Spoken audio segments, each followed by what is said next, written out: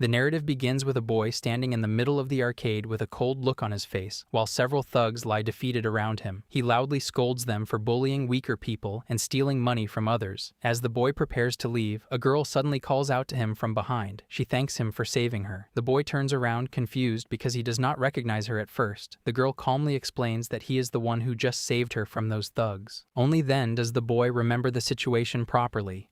He recalls seeing the girl surrounded by the gang and stepping in without thinking it through. Since he only happens to pass by the arcade, he almost forgets about her face.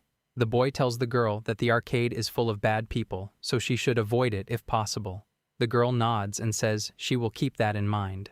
The boy's name is Koharu Sanada. Although he has a naturally mean and intimidating face, he is actually just a normal high school student. However, while standing there, Koharu suddenly hears the girl's thoughts clearly inside his head. The girl cannot stop thinking about how cool he looks while protecting her. In her mind, he appears like a hero straight out of a story. She admires the way he fearlessly stands up against the thugs to save someone he does not even know. The girl sincerely thanks Koharu once again with all her heart. In reality, he possesses the ability to read other people's minds. As he stands there listening to her thoughts, he hears her calling him a justice prince and imagining him as the hero who saved her life. She even thinks he looks incredibly cool while fighting. Koharu becomes embarrassed after hearing all of it. To hide his emotions, he keeps the same mean expression on his face and quickly starts leaving the arcade. However, the girl notices something different about him. She wonders if he is actually blushing beneath that scary expression. A second later, she dismisses the idea in her mind and convinces herself that a cool guy like him would never blush over a hopeless girl like her. Koharu becomes slightly annoyed because her thoughts are so loud inside his head. Even so, the girl easily sees through his appearance. To her, Koharu only pretends to act tough when, in reality, he is actually a shy and gentle boy who does not know how to express himself properly. She finds that side of him surprisingly charming. Koharu struggles to handle her thoughts for very long because, deep down, he starts feeling the same way about her. After leaving the arcade, he still cannot stop thinking about her words. He spent his whole life hearing the thoughts of others, and most people usually see him as scary or intimidating because of his face. Nobody ever viewed him differently before. For the first time in his life, someone thought of him as cute. Later that night, Koharu cooks dinner at home. Just like facial features, intelligence, physical ability, and lifespan are decided by genetics at birth, Koharu's telepathy also comes from his bloodline. His father possesses the same ability and can hear the thoughts of other people as well. While looking at the meal, Koharu's mother smiles and says the food smells delicious. At the same time, her thoughts wander between wondering when Koharu's father will return home, how hungry she feels, and how proud she is of how amazing Koharu has grown up to become. Later, the three of them sit together at the dining table and enjoy the meal. His mother happily compliments the food and says she wants Koharu to teach her how to make it next weekend. Koharu simply says that he only followed a recipe online. Meanwhile, Koharu's father quietly sits at the dinner table with a tired expression on his face. Although he calmly eats his meal, his thoughts are completely focused on the 10,000 yen he lost earlier at the gambling machines. He keeps thinking about how close he is to winning before his luck suddenly turns against him again. The moment Koharu hears those thoughts, he immediately tells his father telepathically that the machines are completely hopeless and that he should finally give up wasting money on them. His father stubbornly argues back through, insisting that he can quit anytime he wants and that he simply has a temporary streak of bad luck. While casually speaking with his mother at the table, Koharu continues holding a silent mental conversation with his father at the same time. His father eventually apologizes and promises that he will stop gambling after this. However, Koharu does not believe him at all because he hears the same excuse almost every month. Koharu warns him that their mother deserves to know about the money he loses again. The two of them suddenly stay silent for too long while communicating through their minds. Koharu's mother slowly narrows her eyes in suspicion as she notices the strange atmosphere around the table. She asks whether they are secretly talking to each other with telepathy again instead of having a normal conversation. Koharu's father instantly panics. He hurriedly claims that nothing like that is happening and says he is only thinking about how delicious the food tastes tonight. At the same moment, his thoughts desperately beg Koharu not to expose him. Without hesitation, Koharu reveals that his father loses another 10,000 yen and falls into gambling trouble again. His mother immediately becomes angry. Meanwhile, Koharu's father desperately tries to defend himself by insisting that Koharu exaggerates the entire situation. His mother completely ignores the excuse and calmly announces that she will personally cook for everyone next weekend as punishment. The color instantly drains from both Koharu's and his father's faces. Although his father forces a weak smile and pretends to sound happy about it, his thoughts scream for Koharu to stop her before it is too late. Koharu silently agrees with him because he still remembers the rice balls his mother once made that nearly destroyed both of their stomachs. After seeing their reactions, Koharu's mother sighs sadly and admits that she sometimes wishes she could also communicate through thoughts like the two of them. Koharu and his father immediately reject the idea in perfect synchronization. Both of them think telepathy is far more troublesome than useful. The next morning arrives, and it is finally time for school. The moment Koharu enters his classroom, countless thoughts from the students around him flood into his head all at once. Some students think he looks scary, while others quietly judge him for always glaring at people with his naturally sharp eyes. A few even compare him to a delinquent or a street punk simply because of his intimidating face. Koharu hears those kinds of thoughts every single day. Over time, the constant noise completely exhausts him. Sometimes, he feels like abandoning society altogether and living somewhere isolated where no voices or thoughts can ever reach him. If he ever saves enough money, he dreams of moving to a quiet island far away from everyone else. When lunch break finally arrives, Koharu escapes to the schoolyard with his food and sits alone beneath a tree. The peaceful silence only lasts for a few moments before another familiar voice suddenly enters his mind. The thoughts belong to the same girl he saved from the arcade thugs earlier. Her thoughts are unbelievably loud. A short distance away, the girl stares at him with surprise after realizing that the boy who helped her at the arcade actually attends the same school as her. She slowly walks toward him while nervously bowing her head. At the same time, her mind races uncontrollably. She keeps thinking about how frightening Koharu appears at first glance, despite actually being gentle and kind underneath.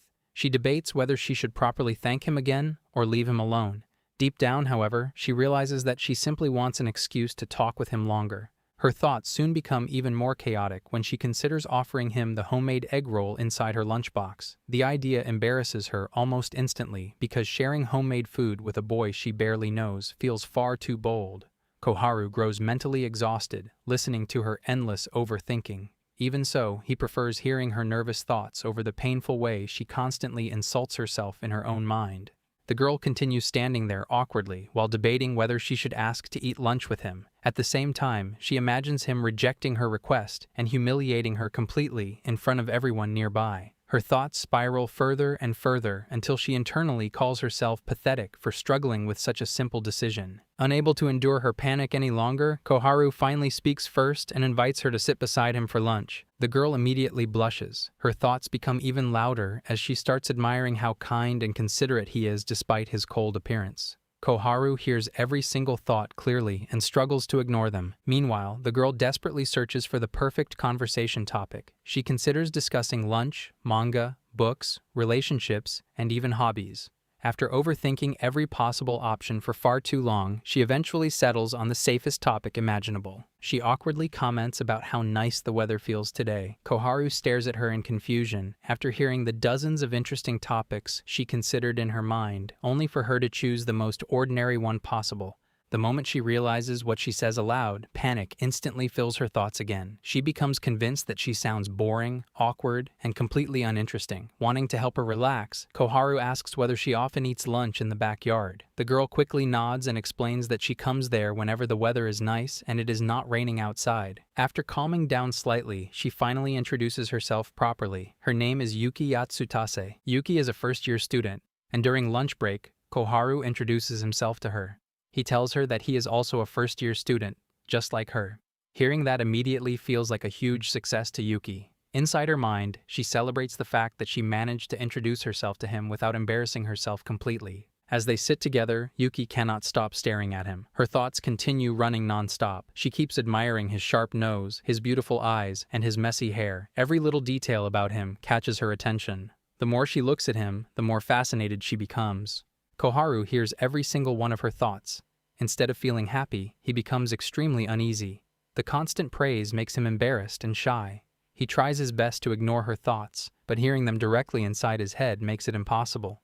To escape the awkwardness, he starts eating his lunch quickly. Within moments, he finishes everything. Yuki continues staring at him quietly while he avoids eye contact. Feeling overwhelmed, Koharu tells her that he is leaving and says that she should enjoy the rest of her meal. Yuki says goodbye with a visibly sad expression. Since Koharu can read her mind, he immediately hears her disappointment. She keeps eating while thinking about how delicious the egg rolls she made are. At the same time, she desperately wants to stop him from leaving. She wants to continue talking to him for a little longer. However, she is also afraid of looking creepy or annoying in front of him. As Koharu prepares to leave, his eyes fall on her lunchbox. He notices the egg rolls inside. Koharu is skilled at cooking for himself, especially when it comes to making egg rolls. Because of that, he becomes curious about Yuki's cooking. He wonders how someone their age could make them so well. A part of him genuinely wants to try one. However, he barely knows her. Asking for her food would feel strange and awkward. Because of that, he convinces himself that it will never happen. Meanwhile, Yuki continues thinking about stopping him. While watching him, she keeps noticing his slightly puffy cheeks and finds them adorable. Koharu intentionally stays silent. He is terrified of accidentally revealing his ability to read minds. If Yuki realizes that he has been hearing her thoughts this entire time, he believes she would completely panic. Unable to gather courage, Yuki finally gives up and starts eating her lunch quickly. After finishing almost everything, she quietly says that she is already full. One egg roll remains inside her lunchbox. Koharu immediately understands what she is trying to do. She is allowing him to take it without directly offering it herself. At that moment, Koharu feels slightly guilty. He realizes that she is braver than he is. Even though he wanted to ask earlier, he could not make the first move. After hesitating for a moment, Koharu walks back toward her and asks if he can have the remaining egg roll. Yuki immediately looks up at him and offers it to him without hesitation. He takes a bite. The moment he tastes it, he becomes genuinely surprised. The egg roll is soft, fluffy, and perfectly seasoned. He cannot believe someone their age can cook this well. As someone who takes pride in his own cooking skills, he instantly recognizes how good it is. Yuki hears his compliment and immediately becomes shy. Her face grows warm as she quietly thinks about how cute he looks while eating. The moment Koharu hears those thoughts, embarrassment rushes through him again. Unable to handle it, he reacts harshly out of panic. In an irritated voice, he asks her if she has a problem with him. Before Yuki can react properly, he quickly leaves. It is only a defensive reaction caused by embarrassment, but the moment he walks away, Koharu realizes he should not have spoken to her like that. Later, during class, the teacher continues teaching the lesson normally. At one point, the teacher accidentally misses an important detail while explaining something on the board. Immediately, one of the students starts insulting her internally and laughing at her mistake. Koharu hears those thoughts clearly. To him, the darkness inside people's hearts feels like poison. Every single day, those ugly thoughts force their way into his mind without permission. Lies, insults, jealousy, hatred, and fake kindness surround him constantly. Because of that, Koharu no longer becomes disappointed in people. He already expects the worst from them. At the same time, he understands what that means for himself. If he can hear the ugliness hidden inside everyone's hearts, then he can never truly trust anyone enough to love them. As those thoughts fill his mind, he suddenly remembers a girl from his past. On the outside, she had acted cheerful and loving during their 1-month anniversary. When Koharu gave her a present, she smiled brightly and thanked him happily. But inside her mind, she had been thinking about how sick and tired she already was of him. That memory remains deeply carved into Koharu's heart, reminding him why he refuses to believe in love anymore. Koharu quietly walks through the hallway while painful memories continue filling his mind. The memory of his former girlfriend smiling at him while secretly being tired of him keeps repeating inside his head again and again. No matter how hard he tries to forget it, the feeling remains deeply stuck inside him. The more he thinks about it, the more overwhelmed he becomes. To Koharu, love only leads to disappointment in the end. People act kindly at first, but eventually they grow tired, bored, or hateful. Since he can hear the hidden thoughts inside people's minds, he understands this better than anyone else. Because of that, he slowly reaches a painful conclusion. If people are only going to hate him in the end, then it would be better if they never loved him from the beginning. It would hurt less if they hated him immediately instead of pretending to care first. As these thoughts continue consuming him, he suddenly remembers Yuki. He still does not understand what Yuki truly wants from him. Her thoughts are always full of admiration and affection toward him, but Koharu refuses to believe in feelings like that anymore. He does not want to trust her, and more importantly, he does not want to fall in love. So, he makes a decision. He decides that he will avoid Yuki from now on and never see her again, if possible. Soon, the final bell rings, signaling the end of the school day. Students begin leaving their classrooms while talking loudly with friends. As Koharu quietly starts walking toward the school entrance, a teacher suddenly calls out to him from behind. She asks him whether he has joined a club yet. Koharu calmly answers that he has not found one yet. However, that is not the real reason. In truth, Koharu simply dislikes being around people.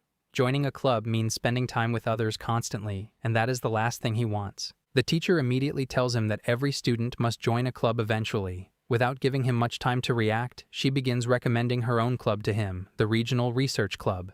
She explains that she is the advisor of the club and asks him to join. Koharu does not find the idea interesting at all. To him, it sounds boring and unnecessary. However, the teacher continues pleading with him sincerely. While listening to her words, Koharu also hears the thoughts hidden inside her mind. Ever since she was a student herself, people have constantly called her stupid and incompetent.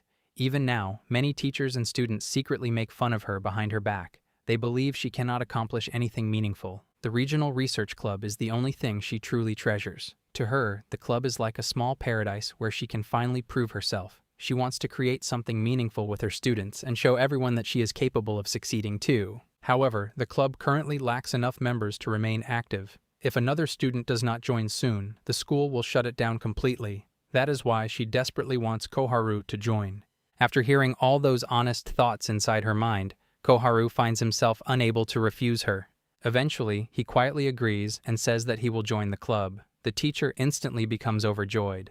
Koharu tells himself that he would have needed to join some club eventually anyway, so helping her is not a bad choice. While they continue talking, Koharu suddenly hears a loud thought nearby.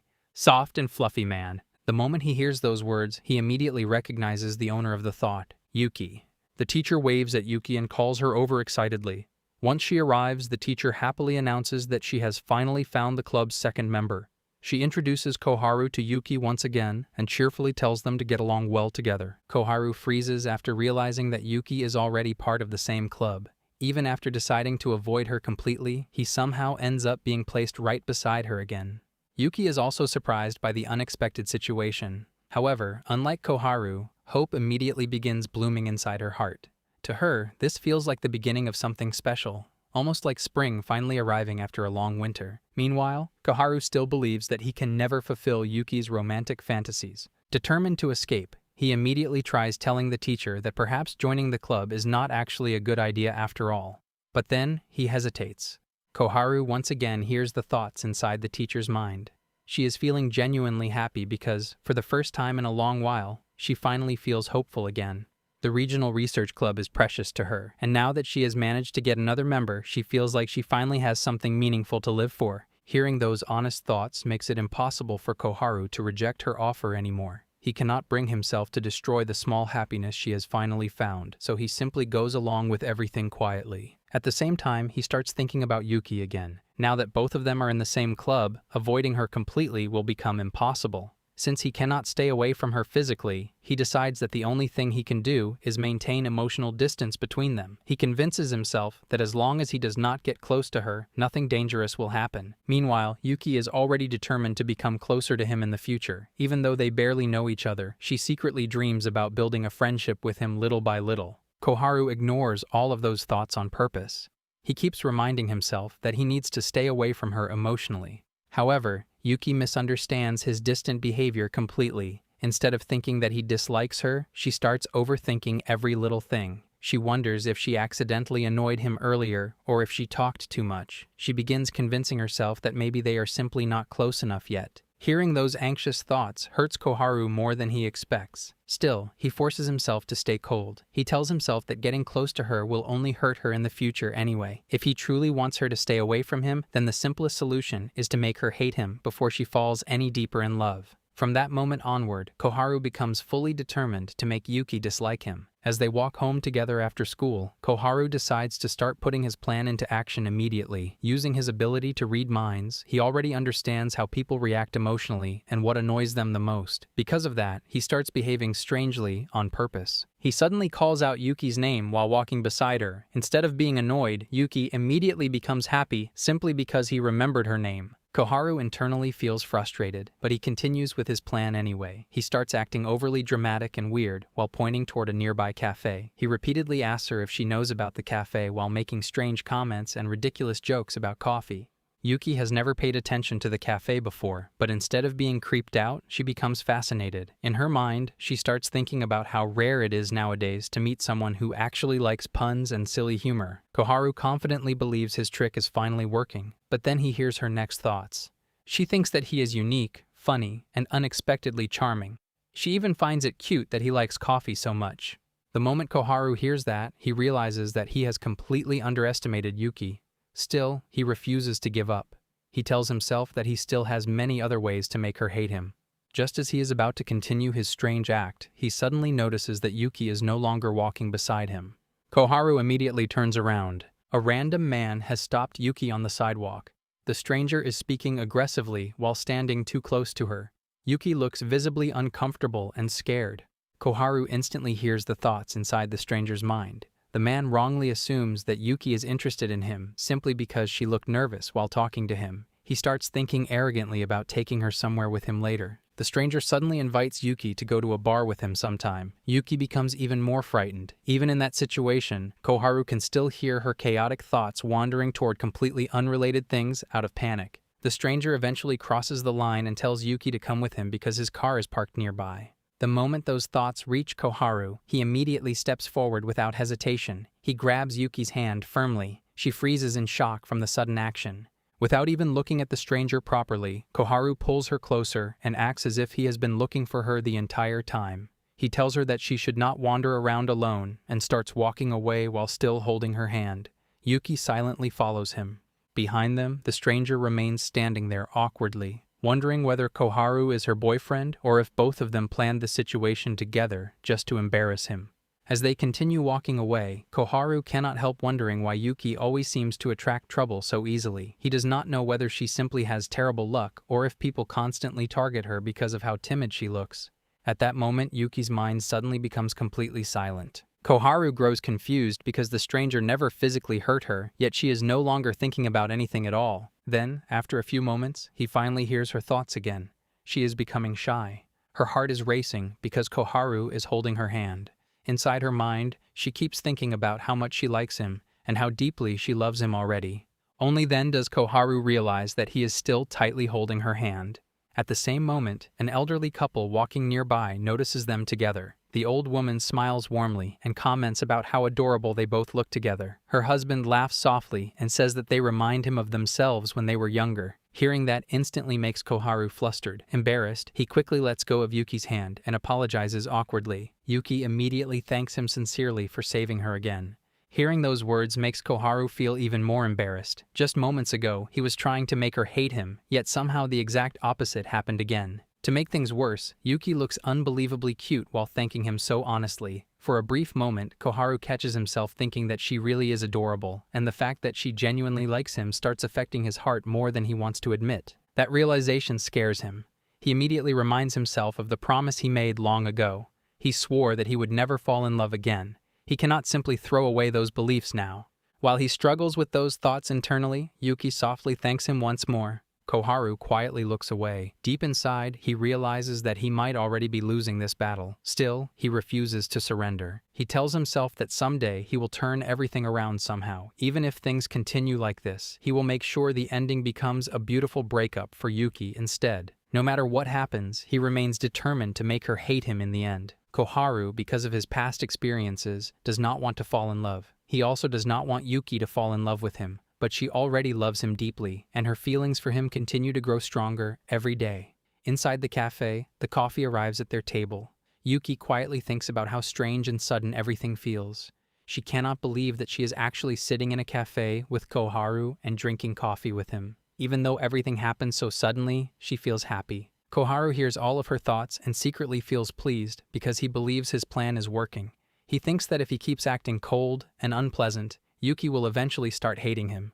Because of that, he keeps making mean and intimidating expressions toward her. However, Yuki still cannot stop admiring him. In her mind, she thinks that even if someone takes away 1-0 from him, he is still a perfect 10. Koharu quietly tells himself that she will regret these feelings soon. At the same time, the waiters and waitresses in the cafe become nervous because of Koharu's scary expressions. They quietly worry about Yuki, who is sitting calmly in front of him. Meanwhile, she peacefully finishes her coffee without showing any fear. By the time they are done, it is already becoming night, so Koharu says that they should leave. The receptionist brings them the bill. When it is time to pay, he suddenly says that he needs to use the restroom. He leaves without paying and intentionally stays there for a long time. Yuki is left standing awkwardly at the register while waiting for him. Koharu believes that anyone in that situation would become irritated and frustrated. In his mind, he imagines Yuki getting angry when he returns. He expects her to complain about him leaving the bill for her and taking so long in the restroom. Thinking that everything is going according to plan, Koharu continues staying in the restroom for a while longer. After hearing that Yuki has already paid the bill, he finally comes out and casually asks her if she paid for it. Yuki calmly answers that she already has. The two of them leave the cafe together. But her thoughts are completely different from what Koharu imagined. Instead of feeling annoyed, she keeps thinking about how she has never gone to a cafe before. The experience feels new and special to her.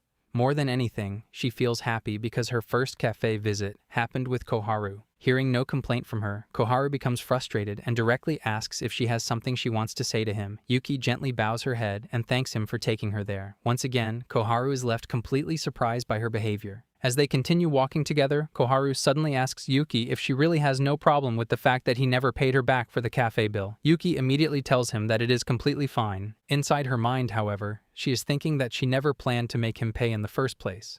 To her, paying for him was simply a way to thank him for saving her earlier and for taking her to the cafe. Koharu cannot understand her behavior at all. He starts thinking that perhaps she is simply rich enough that the cafe bill means nothing to her. But then his eyes notice a phone number written on her hand. He asks her what the number is. Yuki quickly says that it is not important.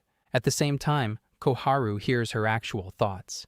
Earlier, she noticed a hiring poster at the cafe for part-time workers and secretly copied the contact number onto her hand.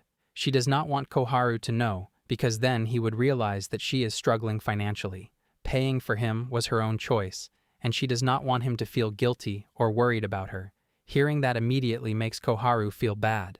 Meanwhile, Yuki keeps thinking about how she wants to save enough money to buy a smartphone someday. She wants one mainly so she can ask for Koharu's number properly because she knows she is not going to stop liking him anytime soon. Our lad grows exhausted listening to all these thoughts. He does not know what he is supposed to do anymore. Still, he refuses to give up. In his mind, he keeps convincing himself that pushing her away now is kinder than letting her continue loving someone who can never return her feelings properly. At that point, he decides to use the one method he had desperately wanted to avoid. He plans to reveal his ability. Koharu thinks that if he tells Yuki he can read minds and starts revealing her thoughts directly, she will definitely hate him after that. As he prepares himself to say it, she barely notices his serious expression because she is busy daydreaming again.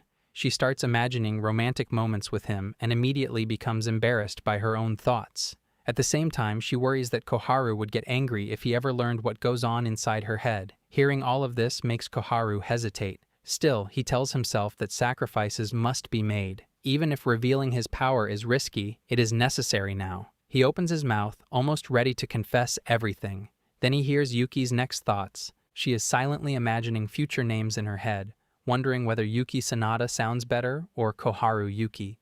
The moment Koharu hears that, his entire face burns red with embarrassment. He immediately gives up on the idea of revealing his ability. There is absolutely no way he can let her realize that he has been hearing thoughts like those the entire time. Just imagining her reaction makes him want to disappear from existence. A bird flies across the sky above them while the two continue walking quietly through the park. Koharu already feels mentally exhausted just from being around her. Every loving thought she has toward him fills him with guilt and confusion. Meanwhile, Yuki continues thinking about him in the sweetest possible ways without even realizing it. Eventually, they reach a turn in the road where they need to separate. Koharu asks which direction she is going, and they realize they both live in opposite directions. It is finally time to part ways. Koharu tells her that he is heading the other way now. Both of them quietly say goodbye. However, inside Yuki's mind, she is still thinking about how she has not spent enough time with him yet. She wants to stay with him longer, but she cannot bring herself to say it aloud. Koharu feels relieved. For the first time that day, he thinks he is finally free from her overwhelming thoughts. Then suddenly, Yuki calls out to him from behind. He instantly becomes nervous. He immediately assumes that she is about to confess her feelings directly, but Yuki simply thanks him for today. She tells him that she feels like she will remember this day forever. As she says those words with a bright smile on her face, Koharu's heart completely loses control. Hearing her feelings spoken aloud affects him far more deeply than simply hearing her thoughts ever did. He becomes extremely embarrassed. At the same time, she also grows shy because saying something like that out loud almost feels like a confession to her. Meanwhile, Koharu desperately tries to calm himself down. He keeps reminding himself that he does not like her and that he should not become this excited over a few words. After forcing himself to regain composure, he coldly tells her that she should actually forget about today. Yuki's expression immediately falls. Koharu continues speaking with a deliberately mean look on his face. He says that nothing special even happened. He simply helped her out and took her to a cafe. According to him, it was nothing important at all. Yuki quietly accepts his words, though she clearly looks hurt. Koharu says goodbye once again, and Yuki softly replies before both of them begin walking away in opposite directions. Then, after only a few steps, Koharu suddenly stops. Koharu suddenly turns around and calls out to Yuki. She quickly looks back at him. Avoiding eye contact, he quietly tells her that next time, he will pay for her instead. Yuki instantly lights up with happiness. In her mind, she repeats the same thought over and over: there will be a next time. To her, his words mean that they will see each other again soon. Meanwhile, Koharu immediately regrets saying it. He thinks promising something like that was unnecessary. Still, he does not want to feel indebted to her forever after she paid for him at the cafe. As they walk away from each other, a suspicious girl watches them from a nearby rooftop. The same bird that had been flying above Koharu and Yuki lands on her hand and silently reports everything it saw and heard. After listening, the girl completely misunderstands the situation. She assumes a delinquent forced Yuki to accompany him, dragged her to a cafe, and even made her pay the bill. Narrowing her eyes, the girl quietly mutters that he may soon become troublesome, muttering that she's got a new pest to deal with. Koharu keeps giving Yuki chances to stay in touch again, yet he still cannot understand how things end up this way. While walking through the crowd, he suddenly hears an unusually loud stream of thoughts. His expression turns suspicious immediately because only Yuki thinks this loudly. More of her thoughts pour into his mind. Yuki notices him from behind and admires his broad shoulders and messy hair. Even in the morning, her thoughts remain impossibly energetic. She debates whether she should thank him again for yesterday, but she also worries that if she keeps creating excuses to talk to him, he will definitely realize that she is in love with him. Still, deep down, she genuinely wants to speak with him. Koharu grows irritated by her thoughts. She already pays for his drinks, and now she plans to thank him again. If she does that, he feels like the worst person alive. Wanting to avoid her, he quickly tries to leave the area. Watching him walk away, Yuki admires how strong his legs look and how fast he moves. Koharu becomes even more annoyed because no matter what he does, she somehow likes him more. As he walks, Koharu reminds himself that he seriously needs to focus on his plan to make Yuki hate him. While thinking about that, he suddenly catches another person's thoughts. A creepy-looking guy nearby stares at Yuki while thinking about how sexy she is and how attractive her thighs look. The man plans to stop her once he finds her alone. Koharu hears every disturbing thought clearly. The creepy guy waits for Yuki to approach, preparing to make a move. Before he can act, Koharu steps in front of him and shoots him a cold glare. The man immediately loses his nerve and backs away in fear. Since Koharu slows down to protect Yuki, she accidentally bumps into him. Confused, she wonders when he suddenly appears beside her. Meanwhile, Koharu feels frustrated because no matter how hard he tries to avoid her, he cannot leave her alone when so many creeps surround her. The two begin walking together. Yuki thanks him once again, but before the conversation continues, a loud, cheerful voice interrupts them.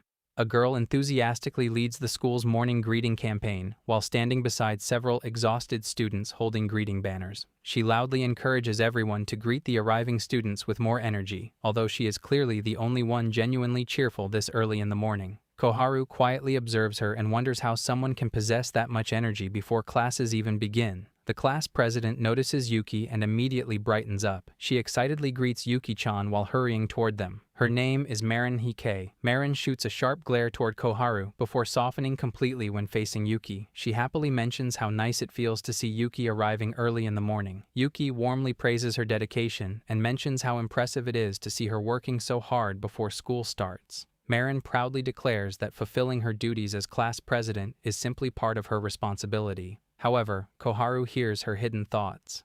Deep inside, Marin feels miserable because everyone else secretly considers the morning greeting campaign pointless. She knows the other students laugh at her behind her back for taking it so seriously, yet she continues anyway because she believes it is her duty as class president. Meanwhile, Yuki continues praising her sincerely and even offers to help whenever Miran needs anything. Hearing that, Miran's thoughts immediately overflow with affection for Yuki. She thinks Yuki looks unbelievably cute and admits that she is completely obsessed with her. Even though she hates the exhausting morning routine, she endures it happily because it allows her to see Yuki every day. At the same time, Marin harshly compares herself to Yuki. Simply standing beside Yuki reminds her of how plain and unattractive she believes herself to be. After hearing all of those thoughts, Koharu realizes that Miran is not naturally overflowing with energy at all. She only forces herself to act cheerful. In Miran's mind, Yuki appears absolutely perfect, almost like an angel. She feels both grateful and guilty that someone as wonderful as Yuki willingly spends time talking to someone she considers an ugly duckling. Koharu quietly attempts to leave since the conversation has nothing to do with him, but Marin suddenly stops Yuki and asks about the new club member. She mentions hearing that their club no longer faces disbandment because someone new has joined. Then she points toward Koharu and asks whether he is the new member. Yuki happily confirms that Koharu joins their club. Maran immediately studies him with suspicion before stepping closer and introducing herself properly as Marin Haikei, Yuki's childhood friend and neighbor. Outwardly, she enthusiastically claims that she is delighted to meet Sanada Koharu. Inside her mind, however, an entirely different storm rages. She bitterly wonders why Koharu gets to join Yuki's club before she even manages to invite Yuki to a cafe herself. In her darker thoughts, she dramatically decides that Koharu deserves to suffer painfully for stealing all of these precious moments from her. Koharu immediately wonders how Marin knows about all those moments with Yuki when nobody ever tells her anything. Yuki herself has not even mentioned those events to Marin yet.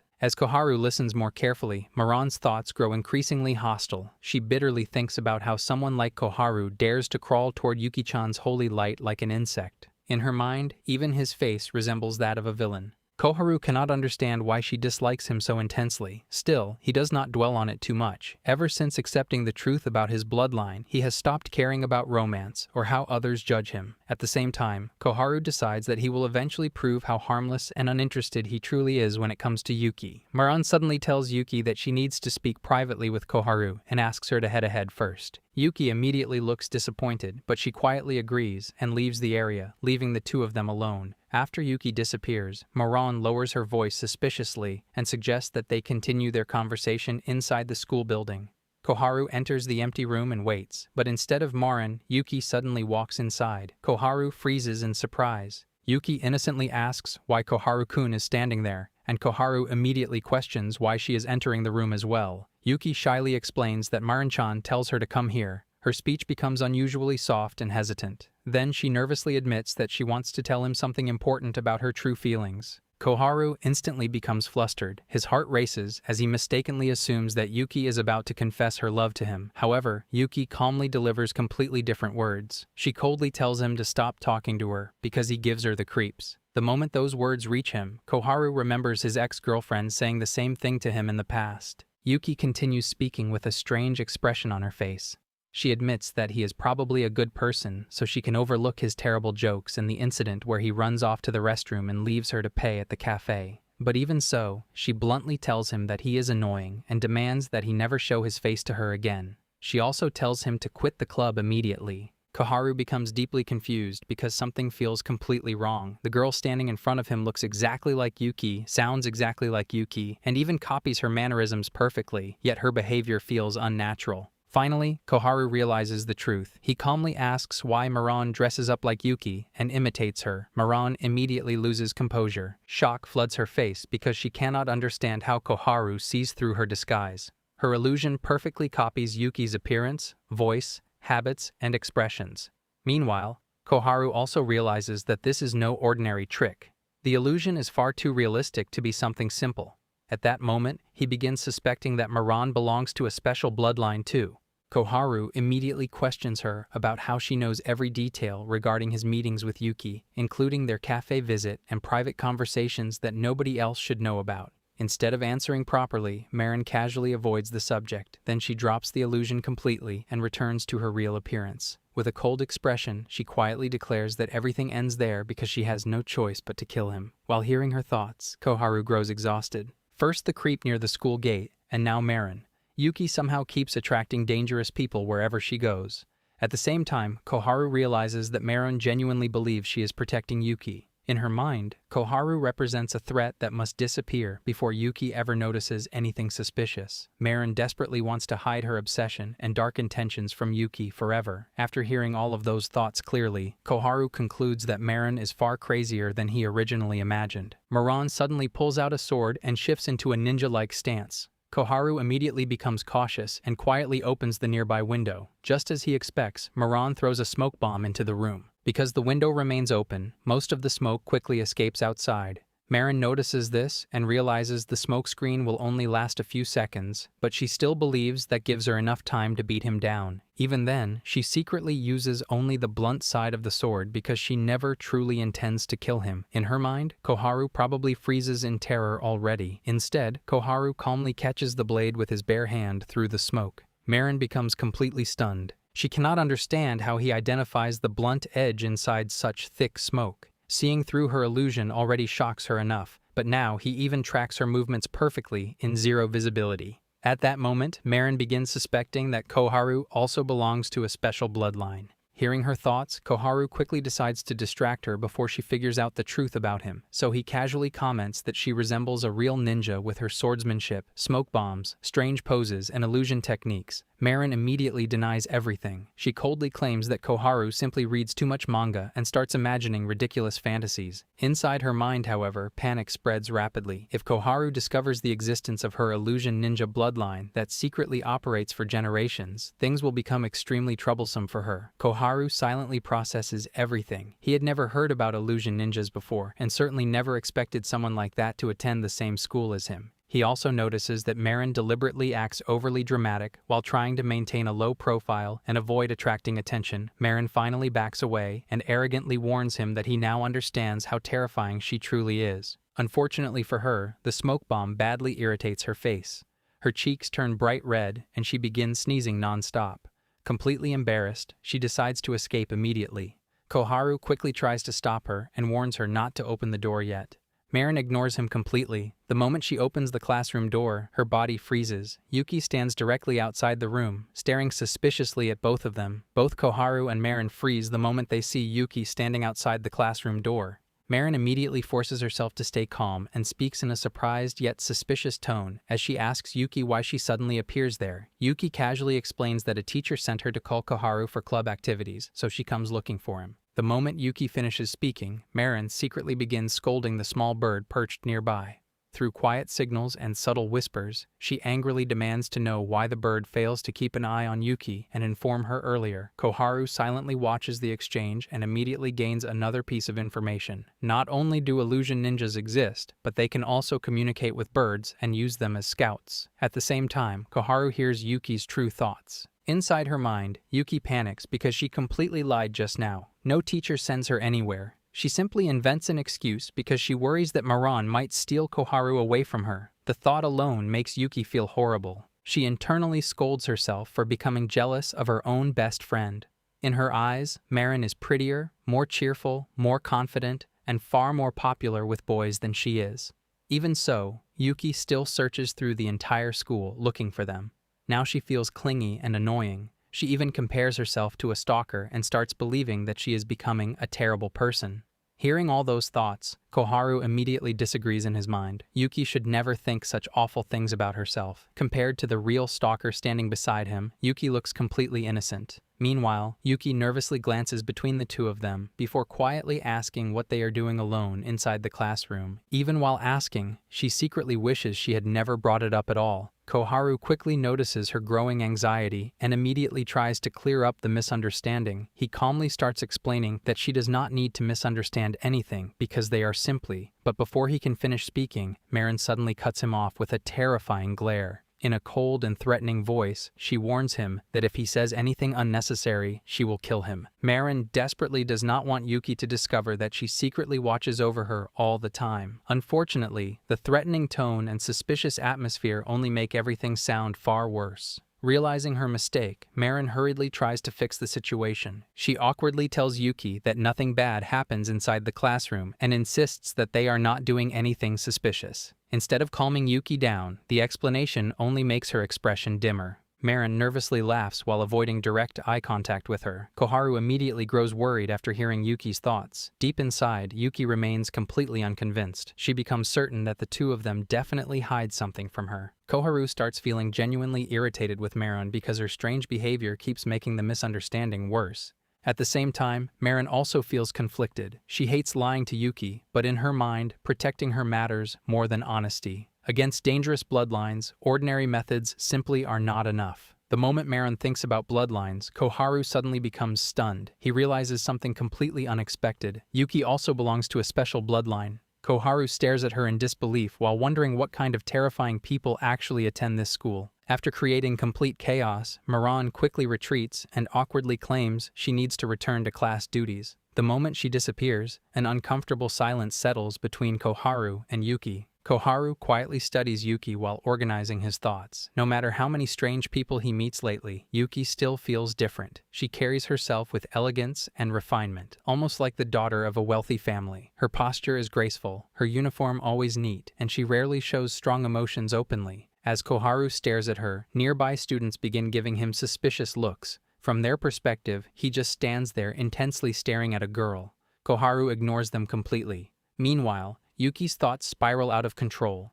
She becomes convinced that Koharu and Marin are hiding something suspicious after both of them panicked earlier and refused to explain themselves properly. The more she thinks about it, the worse her imagination becomes. Koharu hears every insecure thought clearly, but he has no idea how to explain the truth without sounding even stranger. At the same time, another thought lingers in his mind. Yuki belongs to a special bloodline too. Still, after everything that just happened, he decides this is definitely not the right time to ask about it. Soon, the bell rings for break. A few moments later, their club advisor enters the classroom and calls Koharu over. The instant Koharu looks at the teacher, he realizes something is wrong. It is Marin again, disguised through another illusion. The fake teacher calmly says they need to discuss club matters and asks him to follow her. Koharu immediately grows irritated seeing her pull the same trick again. Meanwhile, Marin secretly wonders why Koharu can see through her disguises so easily. She starts suspecting he may also belong to a special bloodline. If he truly possesses abilities, he could become dangerous to Yuki. Because of that, she decides to confirm the truth before deciding what to do with him. Hearing this only annoys Koharu more. He has never harmed anyone and only wants to live peacefully while hiding his abilities. Eventually, Koharu, Yuki, and the fake teacher head toward the clubroom together. The staircase upstairs is narrow, forcing Koharu and Yuki to walk close together. Yuki immediately becomes flustered by the closeness and avoids looking directly at him. Once they enter the clubroom, the fake teacher turns serious and announces that before Koharu officially joins the club, she needs to confirm something first. She directly asks whether he was the one who saved Yuki at the game center. Then she points out how close he has become to Yuki ever since and bluntly asks if he is secretly stalking her. Koharu feels another wave of frustration. At this point, Marin clearly knows every detail about the incident, making her look far more like the real stalker. The fake teacher smiles warmly and explains that one-sided romance inside the club is forbidden because it creates awkwardness, especially for Yuki. Yuki awkwardly agrees, suddenly realizing how suspicious everything must look from the outside. Then the teacher lovingly praises Yuki for being such an elegant young lady while moving far too close and clinging to her affectionately. Koharu watches in disbelief. Marin completely forgets she is disguised as a teacher and acts overly attached to Yuki. Calmly, Koharu denies all the accusations and insists there is nothing to worry about. At the same time, he hears Yuki's thoughts again. She still suspects Koharu and Marin might secretly like each other and even considers cornering Marin later for answers. Koharu becomes mentally exhausted. The fake teacher continues questioning him and suddenly mentions the suspicious man Koharu scared away near the school gate earlier that morning. Teasingly, she asks if he is overly possessive of Yuki. Yuki instantly turns red. She never realized Koharu had quietly protected her, and the thought softens her feelings toward him even more.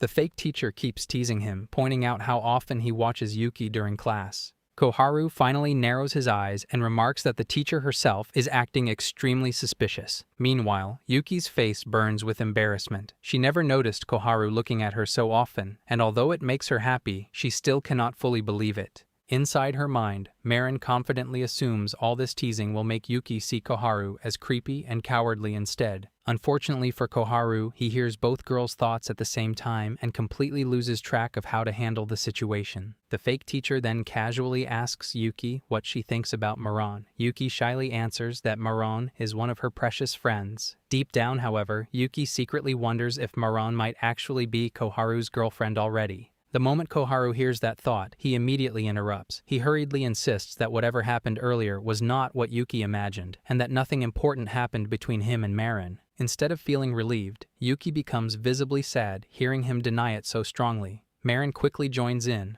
awkwardly laughing while insisting nothing exists between her and Koharu either. Inside her mind, though, she still compares him to an annoying insect. Suddenly, the fake teacher claims another student needs help with modern Japanese questions. Then she notices actual students approaching nearby and panics internally. Quickly, she announces that she must leave and rushes out of the room. As Marin hurries toward the rooftop stairs, Yuki points out that the rooftop is upstairs. Without missing a beat, the fake teacher casually replies that she plans to smoke there before disappearing completely. With the strange conversation finally over, Koharu glances at the clock and quietly says lunch break is almost over. Then he starts walking away. Yuki remains standing alone in the hallway with a sad expression. Her mind keeps replaying Koharu's words about not misunderstanding things. Finally, blushing intensely, she nervously calls out to him. In a shaky voice, she asks whether he hates it that much when she gets the wrong idea about him. Koharu stops and looks back in surprise. He cannot fully understand what she truly wants to ask. Instead of answering, he simply stays silent with a conflicted expression. Embarrassed by the silence, Yuki forces a soft laugh and says that of course nobody likes strange gossip about themselves. Then she quietly says goodbye and leaves. Later, sitting alone, Yuki's thoughts spiral again. She blames herself for becoming overly self-conscious and convinces herself that none of those moments ever meant anything special to Koharu. Someone like him would never fall for a girl like her. Still, for a brief moment, she had truly believed they shared something special together. Remembering that only makes her feel more embarrassed afterward. Meanwhile, Koharu walks downstairs while hearing every single thought inside her mind. Even from far away, her sadness reaches him clearly. For a moment, something tugs painfully at his heart. Still, he forces himself not to think about it any further.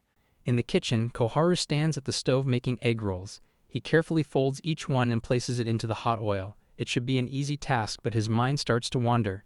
Before he realizes it, he is thinking about Yuki's egg rolls. He remembers how good they are and how effortlessly she seems to make them. No matter how hard he tries, hers always turn out better than his. He catches himself comparing his cooking to hers again.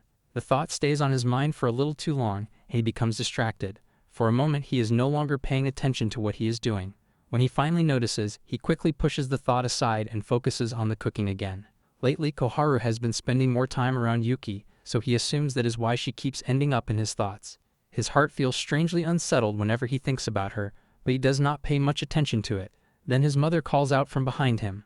Koharu turns his head, and by the time he looks back, smoke is rising from the stove. The egg rolls are burning. He quickly turns off the heat and stares at the ruined food. With a sigh, he throws them away and gets ready for school. After leaving the house, he walks through the quiet streets. The morning is peaceful until someone suddenly steps in front of him. It is Marin.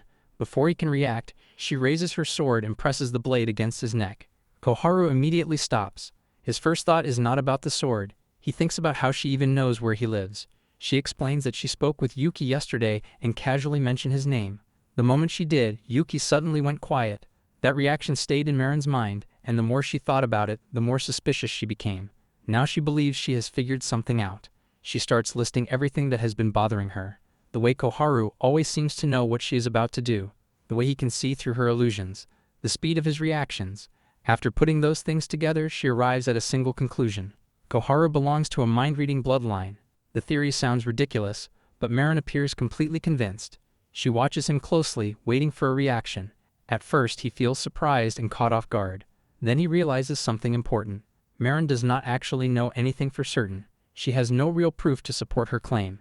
Keeping his expression calm, Koharu tells her directly that she is being foolish. He dismisses the entire idea and acts as though it is not worth discussing at all. Instead of backing down, she immediately argues back with determination. She insists that she watched a video explaining how mind-reading bloodlines work, and after hearing it, everything started to make sense to her. His reactions, his timing, the things he notices. She believes all of it matches perfectly. That is why she came here today. Not because she wanted another fight. she came to test him, and she plans to leave only after proving herself right. Even after realizing that Marin has no real proof, Koharu stays tense and cannot relax. Her guesses are wrong, but they still disturb his peace and threaten to turn his quiet life into constant suspicion and drama. He resolves to stay calm and not react, intending to dismiss everything she says and give her nothing to use against him. However, she quickly realizes direct accusations are not working and changes her approach. Standing close to him, she begins letting her thoughts drift in strange directions, almost as an experiment. She recalls how 2 years ago Yuki visited her home and they bathed together. From there, her imagination escalates into exaggerated and suspicious scenarios. Accidents, slips, and absurd situations, each more extreme than the last, just to see if his expression changes. At first, Koharu hides his reaction, but soon his face shows confusion and alarm. Marin notices immediately and concludes that his reaction is delayed and based on information, not images, leading her to think he can read thoughts instead of seeing them. Realizing she may have revealed something through her expression, Koharu quickly denies it. Instead of stopping, she escalates further and claims she was not imagining anything romantic, but two mantises mating. Koharu keeps his composure and pretends it does not affect him, blaming his reaction on simple embarrassment from her being too close. Marin does not accept this and teases him, saying he is just nervous around girls. She steps closer and gently takes his hand to provoke him again. Koharu sees through it and assumes she is only acting this way because she wants Yuki. Privately, Marin admits she should study seduction more carefully, since it is hard to manipulate someone who might read thoughts. Koharu briefly wonders whether people would hate him if he truly could read minds and whether she would hate him too, but he suppresses the thought and instead tells her to stay away if she really believes he can read minds. Surprisingly, Marin is not bothered. Whether he can read minds or not does not matter to her. Only Yuki does. She clearly states her condition. He must not reveal what she is doing behind the scenes, including watching and protecting Yuki. If he exposes her, she will expose his secret in return. Koharu briefly wonders if she truly thinks he would betray her. This reaction strengthens Marin's belief in her theory. She casually notes that not needing to speak is convenient if he can understand thoughts. She then asks if he knows about Yuki's bloodline. Koharu admits he does not, but feels that staying involved with them will eventually reveal everything anyway. Marin then grows serious, remembering that Yuki's bloodline brings misfortune and trouble wherever she goes. Koharu is shocked and cannot imagine such a lineage. As he recalls past events around Yuki, he begins to suspect they were not accidents. Marin believes Yuki hides this truth, but someone like him will uncover it eventually. Although she admits she wants Yuki for herself, she also wants to protect her from the curse growing around her. She does not fully trust Koharu, but recognizes she has no choice but to rely on help. In the end, she warns him that if he ever harms Yuki, she will reveal everything she knows about him, and with complete seriousness, she tells herself that from now on he must protect Yuki-chan as though his own life depends upon it. After hearing all of this, Koharu still cannot comprehend one crucial detail. Protecting Yuki sounds grave enough, but he has no idea what Marin actually expects him to do. He looks at her with confusion and asks how he is supposed to protect someone when he does not even know what kind of danger she means. Marin, already behaving as though she has planned everything, explains that her bird Toramaru is currently ill and therefore cannot be relied upon. In addition, she has a class representative meeting after school that she cannot skip. Since she cannot be present herself, she decides that the responsibility naturally falls upon him. To her, the solution is incredibly simple. He only needs to escort Yuki home that day. To Koharu, however, the request immediately feels impossible. The moment Marin says it, Koharu hesitates. Walking Yuki home sounds simple when she says it, but he cannot imagine asking so casually. Marin does not understand why he is making such a big deal out of it. She points out that they have already walked home together before, so all he has to do is ask again. To her, it is a straightforward solution. To Koharu, it is not. The idea alone makes him uncomfortable. Asking a girl to walk home together feels much more personal than Marin seems to realize. The more he tries to explain, the more embarrassed he becomes. Eventually, he blurts out that asking someone to walk home together feels almost like a confession. In his mind, people do not make that kind of request for no reason. Choosing to spend time alone with someone after school carries a certain meaning, and he cannot help but think that way. Marin stares at him for a moment. After everything she has said today about mind-reading bloodlines and hidden abilities, this is not the response she expected. For someone she spent the entire morning treating like a mysterious genius, Koharu is surprisingly innocent. Deciding there is no point in arguing anymore, Marin gives up. She has already said what she wanted to say. With that, she turns around and leaves, telling him that what happens next is entirely his responsibility. Left standing alone, Koharu grows increasingly conflicted. His embarrassment intertwines with worry, and suddenly, nothing feels simple anymore. Asking Yuki directly seems impossible, yet following her from a distance would make him appear suspicious and unsettling. Ignoring Marin's warning feels equally wrong, especially after hearing that Yuki's bloodline supposedly attracts misfortune. The more he reflects, the more difficult it becomes to decide on a course of action. While he remains frozen in indecision, burdened by thoughts he never expected to confront, Marin proceeds toward the class representative meeting. Upon arriving, she is approached by a short-haired girl who immediately asks whether she is the first-year class president. Marin confirms the role without hesitation and promptly asks who the girl is. Instead of answering, the newcomer studies her with curiosity and poses an unexpected question: whether she has a close relationship with Yuki Yatsutase. In the morning class, Yuki sits quietly at her desk, her thoughts circling the misunderstanding she once had regarding Koharu and Marin's relationship. That mistake weighs heavily on her, for it caused her to miss the chance to express her true feelings to Koharu. The regret lingers, but rather than allowing it to consume her, she resolves to act differently this time. Determination rises within her, and she decides that today she will finally confess what she truly feels. Her mind settles on a clear plan. Before speaking to Koharu, she intends to share her feelings with Marin-chan first. Yuki goes to the club room after school. When she enters, she is surprised to see Karanagi senpai already sitting there. Karanagi greets her with a smirk. Yuki puts her things down and mentions that there is another member of the club, Koharu, but he is not coming today. He had already told her that he would be busy after school. Yuki accepts that explanation, although part of her assumes he might simply not want to face her right now. Karanagi says that she had been hoping to meet Koharu again. The comment confuses Yuki, and she asks what she means by again. Karanagi explains that they attended the same middle school. She goes on to describe Koharu's reputation back then, saying that many students saw him as a delinquent and that he was known for having a dangerous personality. Yuki finds it difficult to imagine. The image does not match the Koharu she knows. Noticing her reaction, Karanagi asks whether she feels afraid of him now. Yuki immediately says that she does not. She then asks if people around him used to be afraid of him. Karanagi tells her not to worry about what other people think. In her opinion, it is better to trust her own experiences and form her own opinion of him. She adds that she agrees with Yuki's view of Koharu and says that he is a good-hearted person. Hearing that, Yuki starts wondering how well Karanagi knows him. Karanagi notices her curiosity and says that while she would not call herself an expert, she knows him well enough. With a small smirk, she says that she even knows a few magic words that can make Koharu listen almost immediately. She then asks whether Yuki wants to hear them. As class ends, Koharu packs his things and gets ready to leave. He thinks about the task Marin gave him earlier to walk Yuki home today. He assumes Yuki is in the club room, but he does not want to go there. If he goes, she might get the wrong idea, so he decides to stay away and act like a ghost member for the day. Suddenly, he hears Yuki's thoughts very clearly. They are loud and panicked. She is thinking that the club room is in danger and asking him to come quickly. Koharu turns around and sees Yuki standing behind him. She asks him to come to the club room. Koharu gets worried because she has never acted like this before, so he agrees to go. Yuki tells him she will wait there and leaves. Koharu stays in the classroom for a moment. He thinks about Yuki's bad luck bloodline and how she always ends up in trouble. He decides that if someone needs help, he should help them no matter what.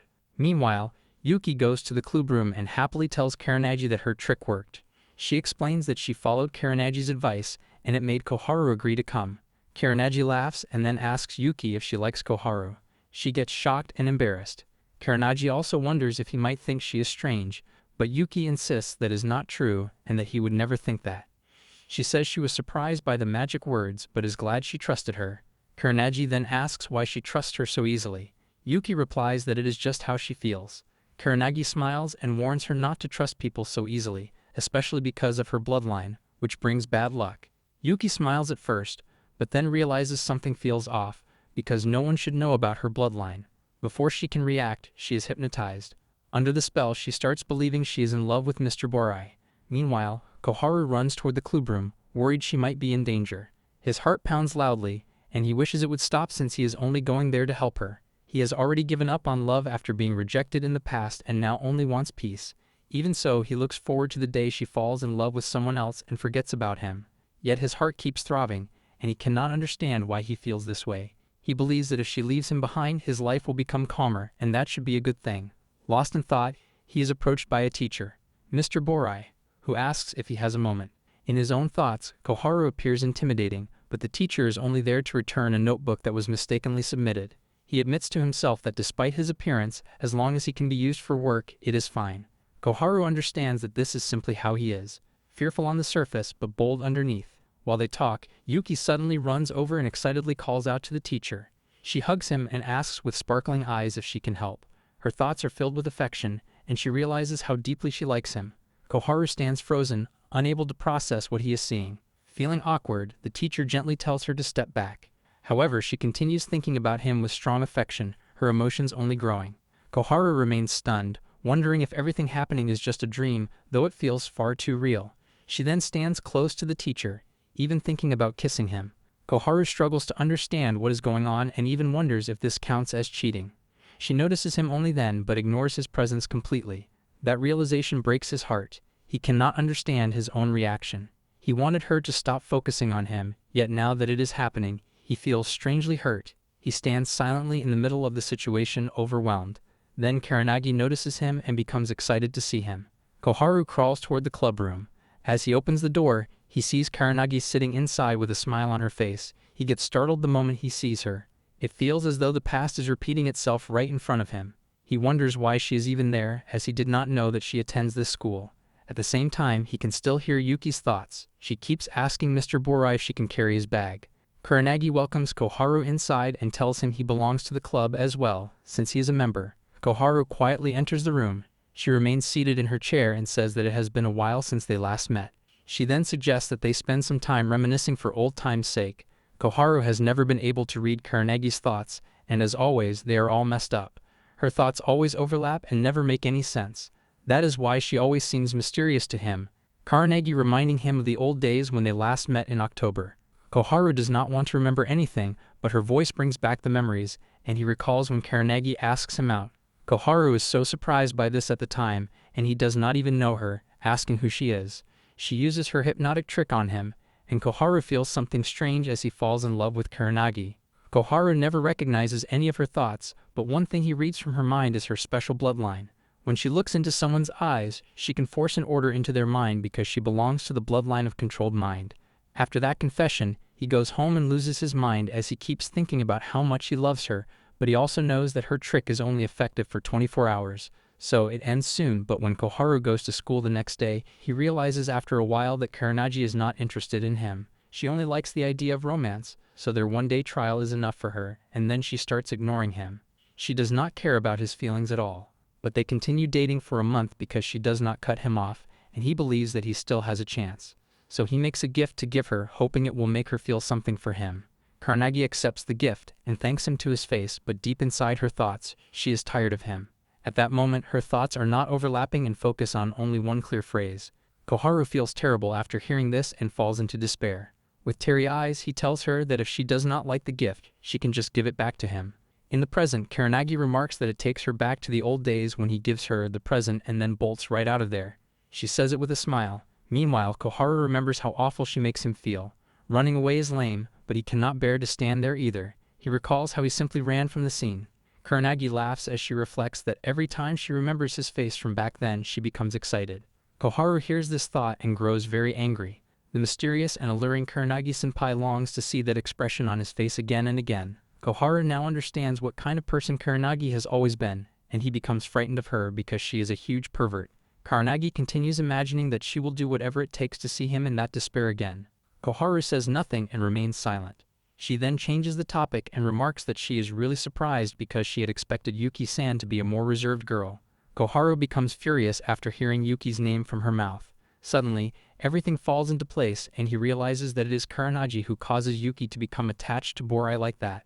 Yet Kurenagi continues, mentioning how Yuki confesses her feelings to Mr. Borai in front of everyone. Koharu cannot tolerate it anymore. He cuts her off and firmly tells her that he does not know about anyone else, but she should not pull any of her pranks on Yuki. Kurenagi looks at him and after a brief pause, calmly replies that next time she will target Koharu directly. Koharu cannot remain there any longer and announces that if there are no club activities, he will leave. However, there are two things Koharu understands now. The first is that Kurenagi used her power on Yuki because she wants to see him in despair. The second is the result of her prank. Thanks to the girl he used to like, he now realizes who the girl he currently likes is. It is Yuki. His face reddens at the realization. The next day after school, Yuki asks Mr. Borai when he is going home. Borai awkwardly replies that he is going to stay late today. After saying goodbye to her, he leaves. While walking home, Yuki keeps admiring how cool Mr. Borai is. She even comes up with different ways to start going home with him and considers waiting near his car tomorrow after getting his permission. But then the effect of Karanegi's spell wears off. Yuki suddenly comes back to her senses and is overwhelmed with embarrassment. She collapses onto the road in shock. Now fully aware of herself again, she remembers everything she has done. And worst of all, she remembers doing it in front of Koharu. Love sickness takes hold of Koharu, leaving him completely distracted. He wakes up, goes to school, comes home, eats dinner, and then goes to sleep, but throughout the day, his thoughts remain fixed on Yuki. It feels as if a dam has burst inside his mind and the feelings refuse to fade. He recalls how, after Kurenagi-senpai's mind control wore off, he continued to have genuine feelings for her for an entire month. That memory makes him worry that Yuki might also develop real feelings for Mr. Borai. The frightening thing about Kurenagi's mind control is that the ideas she plants in someone's mind can remain even after the spell ends. Although the hypnosis lasts only 24 hours, the victim may later convince themselves that the emotions they experienced were genuine all along, causing them to be manipulated even after the spell has broken. Because of this, Koharu decides that he needs to find out whether Yuki has truly changed her mind on her own. However, he feels uncomfortable about listening to her thoughts intentionally. It seems invasive and creepy, yet his curiosity and concern push him to endure it. The next morning arrives. After class ends, the teacher reminds everyone not to forget their homework. Koharu sits quietly at his desk when Marin suddenly approaches him from behind and comments on whether he actually takes notes during class. Her unexpected appearance startles him. Marin laughs and questions why he is so nervous. At the same time, she thinks about Kurenagi, the strange senpai from the club. She recalls accidentally telling her about Yuki's bloodline. When Koharu hears this thought, he becomes concerned. His reaction confirms Marin's suspicion that he can truly hear people's thoughts. Koharu hesitates and tries to deny it, but Marin is no longer convinced. Wanting to continue the conversation, she reflects on how interested Kurenagi seemed in Yuki. She also wonders why she lowered her guard so easily around her and revealed information about Yuki's bloodline. Even if she had been careless, she cannot understand why she would share such an important secret with someone she barely knew. Marin then questions Koharu about Kurenagi's background and whether she belongs to a particular bloodline. Koharu is impressed by how perceptive Marin is, but he avoids answering and instead urges her to move on from the topic. Marin-chan still mentions that Kurenagi seems overly focused on Yuki. Koharu calmly responds that he has already warned her to stay away from Yuki and not interfere again. Marin-chan replies that if that is the case, she will simply be more careful around Yuki in the future. Soon after, they overhear a group of girls in class talking. They mention that they walked to school with Yuki, but she is not showing up in class today. Marin-chan immediately gives Koharu a suspicious side glance and demands what he has done.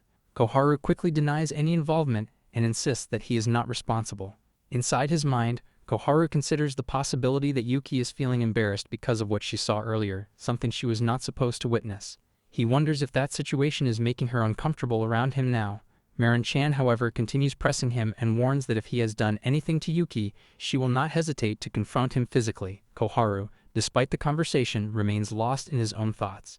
He worries about Yuki's feelings toward him. He reflects that he has been cold and distant toward her for a long time, and it would not be surprising if she now feels differently about him, possibly even regret or confusion. He also considers that after everything that has happened, Yuki might still be emotionally unsettled. Overwhelmed by these thoughts, Koharu suddenly slams his head onto the desk. The sound echoes sharply through the classroom. Miran-chan immediately reacts in shock and demands why he suddenly did that, finding his behavior frightening. Several students in the classroom also become startled and begin whispering that Koharu looks intimidating and might be trying to scare Miran-chan, suggesting she should move away from him. Hearing all these assumptions, Koharu realizes he is losing control again. He internally admits that this is exactly why he dislikes romantic situations. They make him overthink and act unpredictably. When the bell rings, he quickly leaves the classroom, trying to calm himself down. He decides that he should distance himself from these emotions before they cause further problems and possibly hurt him again. On his way out, Koharu accidentally bumps into Mr. Borai. The teacher thanks him politely for helping earlier. Koharu responds briefly and walks away without saying much. Mr. Borai's thoughts, however, reveal that Yuki had caused him some trouble earlier. He reflects that people cannot always be judged by appearances, but Yuki does not seem like a bad person to him overall. Hearing this, Koharu becomes irritated without fully understanding why. His emotions become unstable, and he suddenly rushes toward the library. There, he notices Yuki just stepping out, appearing as though she could not complete her homework. As she exits, she sees Koharu waiting for her. Koharu awkwardly greets her. Yuki remains silent and turns her face away. Koharu walks beside her, attempting to ease the tension. He mentions that she should have joined him at lunch earlier. Yuki, however, remains distracted, her thoughts still focused on what she saw between Koharu and Mr. Borai. The image continues troubling her, and Koharu unknowingly reads these thoughts. He tries to shift the conversation, suggesting that they should have lunch together next time. He clearly states that he wanted to eat with her. Yuki, however, remains confused, struggling with her emotions. She questions her own feelings, wondering why she felt uneasy about Mr. Borai despite believing she only has feelings for Koharu. Still trying to ease the situation, he mentions that he is heading home and was about to bring something up. Yet he continues reading her thoughts, sensing her confusion, self-doubt, and emotional insecurity. Yuki thinks of herself as someone dishonest with her emotions, unable to trust her own heart. Koharu then suggests that they walk home together. Yuki, overwhelmed and uncertain, quietly declines and says goodbye before leaving. He stands still, watching her go.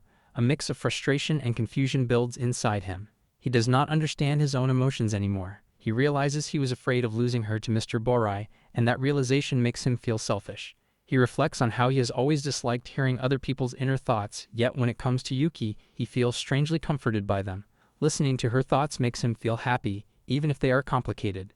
In that moment, he decides on something important. Being close to Yuki makes him genuinely happy, and he wants to return that feeling to her. He no longer wants to see her sad or uncertain. Instead, he wants to become someone she can rely on, someone she can trust without hesitation. That night, Yuki lies quietly in her room, staring at the ceiling as she tries to remember what Koharu says to her earlier. At the time, she barely pays attention, and now the details escape her no matter how hard she tries to recall them. After a while, she turns onto her side and sighs. She feels that she has no right to worry about it after ignoring him so carelessly. The next morning, she feels hesitant about seeing Koharu's face. At the same time, a part of her desperately wants to see him. Her heart feels restless as she arrives at school. When she opens her shoe rack, she freezes in surprise. A letter is resting inside. The moment she recognizes Koharu's handwriting, her cheeks turn bright red. Feeling shy and flustered, she quickly grabs the letter and hurries toward the washroom before anyone can notice. Inside, she carefully opens it. Koharu writes that no matter how often he makes egg rolls, they never taste as good as Yuki's. He asks if she can share her recipe sometime, even through a letter. Then he adds something that brings tears to her eyes. He tells her not to worry about anything because he will always be by her side. After school, Koharu finds a letter waiting in his shoe rack. From that day on, their relationship begins to change. Over the next 2 months, they rarely speak in person, but they stay connected through letters. They share stories about their days, exchange small worries, and find comfort in writing to each other. One afternoon during club activities, Yuki and Karanagi sit together at a table while Koharu quietly works nearby. The teacher asks Yuki to hand over some notebooks, so she passes one to Karanagi. Then, with a shy expression, she hands Koharu's notebook to her as well. Karanagi takes the notebook and walks over to Koharu. As she hands it to him, she notices the awkward atmosphere that always appears whenever Yuki and Koharu are near each other. Curious about the situation, she tries to understand what has happened between them. Koharu himself is unsure. Part of him wonders if the situation has something to do with Karanagi, but he cannot be certain. The only thing he knows is that Yuki has been acting strangely ever since the day he saw her with Borai. At the same time, Karanagi remembers everything that has happened and quietly comes up with an idea. She asks Koharu to help her with something. He finds himself thinking that she seems unusually sincere this time. Perhaps she genuinely wants him to forgive her, and that is why she tries so hard to help. As the club activity continues, Karanagi eventually brings up the upcoming overnight school trip, scheduled for the following week before summer vacation. She excitedly reminds them that there will be no uniforms during the trip, giving everyone a rare chance to wear their own clothes and show their personal style. Koharu shows little interest in the topic. Yuki, however, immediately becomes worried. She does not have much money and quietly wonders if her PE clothes will somehow be acceptable for the trip. Unfortunately for her, Karanagi already has other plans. She suggests that the three of them go shopping together before the trip. Before either Yuki or Koharu can find a way to refuse, Karanagi has already arranged transportation. When the ride arrives, Yuki and Koharu end up sitting next to each other. Instantly, both become painfully aware of how close they are. For 2 months, they have communicated almost entirely through letters. Sitting together like this feels completely different. Neither knows what to say, and the silence between them becomes increasingly awkward. Yuki keeps her eyes forward, feeling her face grow hotter by the second. Koharu is equally embarrassed and unsure where to look. The distance between them is small, yet it feels impossible for either of them to bridge. Meanwhile, Karanagi watches the scene with amusement. A satisfied smile spreads across her face as she observes the two of them sitting stiffly beside each other. Their nervous expressions and obvious embarrassment make it clear that neither of them knows how to act after spending 2 months communicating only through letters. Koharu never expects to end up shopping at the mall with Yuki and Kurenagi. Part of him sees it as a good chance to reconnect with Yuki, but the moment they arrive, the atmosphere becomes painfully awkward. Yuki stays quiet, Kurenagi says little, and Koharu finds himself stuck between his ex-girlfriend and the girl he currently likes. Knowing neither of them will break the silence, he desperately searches for a conversation topic but comes up empty, only making things more uncomfortable. Sensing his struggle, Kurenagi takes Yuki into a nearby clothing store, giving him a chance to breathe. Inside, Yuki notices a cute nightdress but feels it is too revealing. Kurenagi reassures her that it is only sleepwear meant for private use, and after some encouragement, Yuki considers trying it on. In the end, she chooses a simpler and more comfortable design instead. That is when Kurenagi spots a matching men's version nearby. With a grin, she suggests that all three of them buy matching nightwear as club members. The idea immediately catches both Koharu and Yuki off guard. Yuki becomes flustered, imagining people mistaking her and Koharu for a couple. Secretly, though, she does not dislike that thought at all. Before either can object, Kurenagi buys matching sets for everyone. Later, while carrying their shopping bags, Yuki worries about the cost, but Kurenagi brushes it off, explaining that her family is wealthy and the expense means very little to her. Koharu thanks her and helps carry the bags. A short while later, Kurenagi heads to the restroom, leaving Koharu and Yuki alone on a nearby bench. The silence quickly becomes awkward. Both want to say something but struggle to find the right words. Yuki thinks face-to-face conversations are much harder than writing letters. In a letter, she can carefully choose her words. Here, everything comes out immediately, making her nervous. Meanwhile, Koharu remembers how she used to rely on conversation cards to talk with him and realizes he is now facing the same challenge. Gathering his courage, he suggests buying a thank you gift for Kurenagi since she paid for the taxi and their matching nightwear. Yuki immediately agrees, but when she asks what Kurenagi would like, he admits he has no idea. The simple answer makes Yuki laugh. She points out how unusually serious he sounds. Embarrassed, he jokes that maybe their formal letters made things feel stiff between them. Yuki smiles and agrees. That smile completely overwhelms him. His face turns bright red, and he quickly covers part of it with his hand. Even after 2 months, he still is not used to being this close to her again. Seeing her smile up close makes his heart race. Yuki notices his reaction and starts worrying that she may have said something strange. In reality, Koharu is not laughing at her at all. He is simply struggling to handle how happy her smile makes him feel. The next day arrives, and it is finally time for one of the biggest events for the first-year students in the advanced course. They are going on a 2-day, 1-night field trip to a traditional ryokan. Every class will gather in a large lecture room and spend most of the day studying until dinner. Although it sounds tiring, the students do not mind it very much because there are fun activities planned for the evening. There will be a barbecue party and an orientation event where everyone can wear their own pajamas and relax. Since students from different classes will be able to spend time together during the barbecue, Koharu finds himself looking forward to it. He has only recently started talking to Yuki again after 2 months, and he wants to make the most of this opportunity. He tells himself that he has to gather enough courage to spend more time with her. That evening, Yuki prepares for the upcoming trip. Before going home, she works her shift at the restaurant where she has a part-time job as a waitress. While she is working, Marin suddenly visits the restaurant. The moment she sees Yuki in her waitress uniform, her eyes light up with excitement.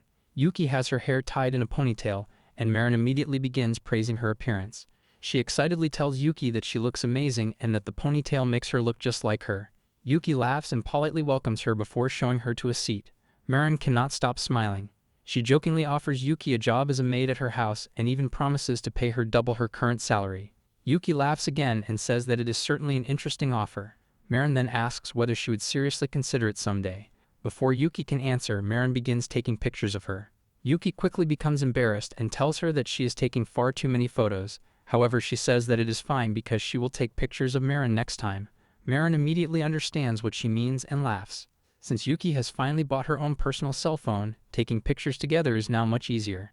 As she continues working, Yuki remembers something Kurenagi told her. The orientation activities will be held separately for each class, but the barbecue will include students from all classes. Remembering this makes Yuki smile slightly. It means she will have a chance to talk with students from other classes. More importantly, it gives her the perfect chance to talk to Koharu. Yuki has already made up her mind. During the barbecue, she plans to gather enough courage to ask for Koharu's phone number. The thought alone makes her nervous, but she decides that she has to do it. Soon, the day of the field trip arrives. After a long bus ride, the students finally arrive at the ryokan. Everyone gets off the bus and starts carrying their luggage inside. Among the crowd, Koharu keeps glancing around. His eyes move from group to group as if he is searching for someone. Carnegie quickly notices this and asks who he is looking for. Caught off guard, Koharu immediately becomes embarrassed. He insists that he is not looking for anyone and asks why Carnegie is even there. Carnegie explains that the school selected a few second-year students with excellent grades to accompany the trip and help the first-year students. She then smirks and tells him that there is no need to keep looking around because Yuki is already in her room. Koharu instantly denies everything and claims that he does not care where Yuki is. Carnegie simply smiles, clearly unconvinced. After reaching his room, Koharu puts down his luggage and barely has time to relax before being informed that everyone must gather in the large hall within 10 minutes. As he walks through the building, he sees Yuki standing there. The boys around him immediately notice the scene. They quickly recognize her as Yuki from Class 6. Seeing her talking to Koharu leaves them shocked. Some of them quietly comment on how cute she looks. Others begin wondering why she is speaking to him at all. A few even jokingly assume that Koharu must be bothering her and feel sorry for Yuki. Meanwhile, Koharu remains awkward as ever. The moment he notices the boys staring, he sends them a sharp look. The group immediately backs off and leaves. Soon, only Koharu and Yuki remain. Yuki nervously starts the conversation while Koharu wonders what she wants to talk about. After hesitating for a moment, Yuki's face turns red. She quietly asks if he can come to her room. The unexpected invitation completely surprises him. When Koharu arrives at Yuki's room, however, his expectations are quickly shattered. Inside, Miran-chan and Carnegie are already sitting at a table. Both of them greet him cheerfully. Carnegie explains that everyone is supposed to be doing self-study, so they decided to gather together instead. At the same time, she secretly finds Koharu's disappointed expression hilarious. Whenever Yuki is involved, his reactions become incredibly easy to read. Miran-chan apologizes for suddenly joining them and thanks Carnegie for allowing her to stay. Carnegie smiles and says that it is no problem at all. In fact, she thinks having more people around makes things more enjoyable. Miran-chan points out that the teachers might not normally allow something like this since everyone else is studying in the main hall. Carnegie proudly reveals that she already asked for permission beforehand, and luckily, the teachers approved it. Hearing that, everyone relaxes. Meanwhile, Koharu quietly sits down. Although he is grateful to Carnegie for creating an opportunity to meet Yuki, he cannot help feeling a little disappointed. For a brief moment, he had imagined that he and Yuki would be alone together in the room. Still, having the chance to spend time with her is enough to make him happy. As the four of them sit together and study, Yuki tries her best to focus on her work. However, her thoughts keep drifting in a completely different direction. She wonders if Koharu has his phone with him right now. The thought refuses to leave her mind. Ever since buying her own smartphone, she has wanted to exchange contact information with him. At first, she plans to wait until the barbecue, but the more she thinks about it, the more impatient she becomes. They are already together in the same room. Maybe she can ask him now instead. As she thinks about it, she quietly checks her phone. Koharu notices the movement and glances at the device in her hands. He is surprised to see that she finally has a smartphone. He remembers how she used to talk about saving money from her part-time job so she could buy one. Seeing her with it now makes him realize how much effort she put into achieving that goal. Meanwhile, Yuki continues worrying. Miran-chan and Carnegie are both sitting nearby. Asking for Koharu's number in front of them would be incredibly embarrassing. After a long internal debate, she decides to wait. The barbecue will be a better opportunity. She can find a quieter place away from everyone else. Somehow, that idea feels more special and even a little romantic. She tells herself that she just needs to be patient. Koharu unknowingly agrees with her reasoning after reading her thoughts. He finds himself smiling slightly. Exchanging numbers during the barbecue sounds nice to him as well.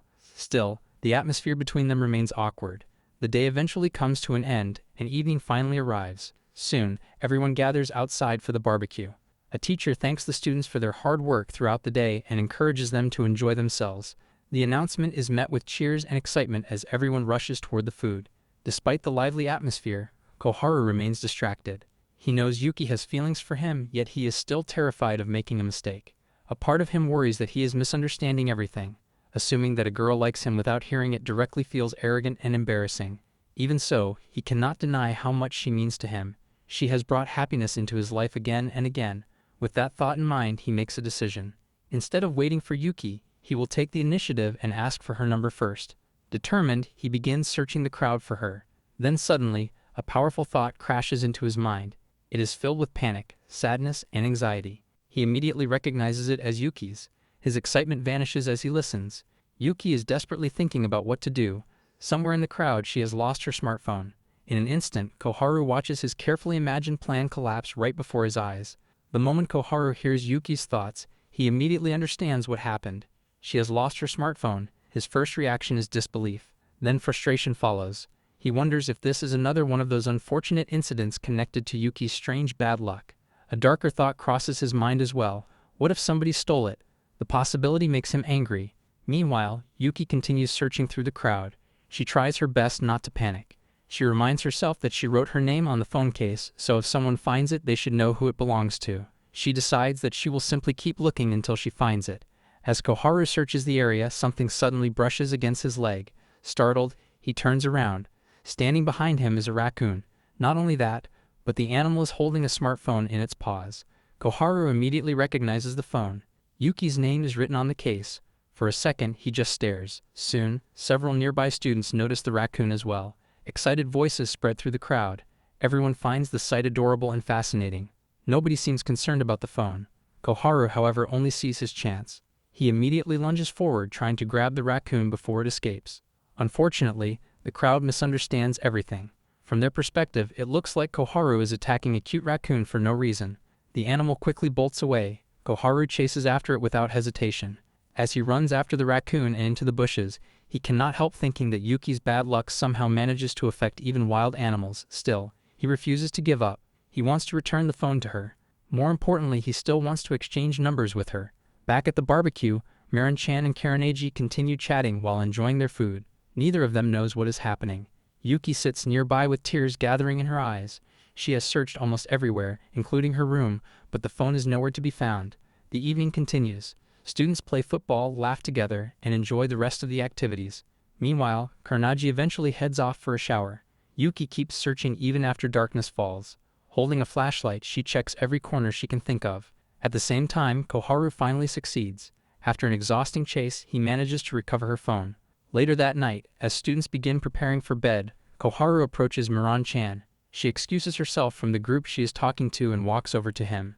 The first thing she notices is that Koharu has leaves and dirt stuck in his hair. She points it out immediately. Ignoring the comment, Koharu asks where Yuki is.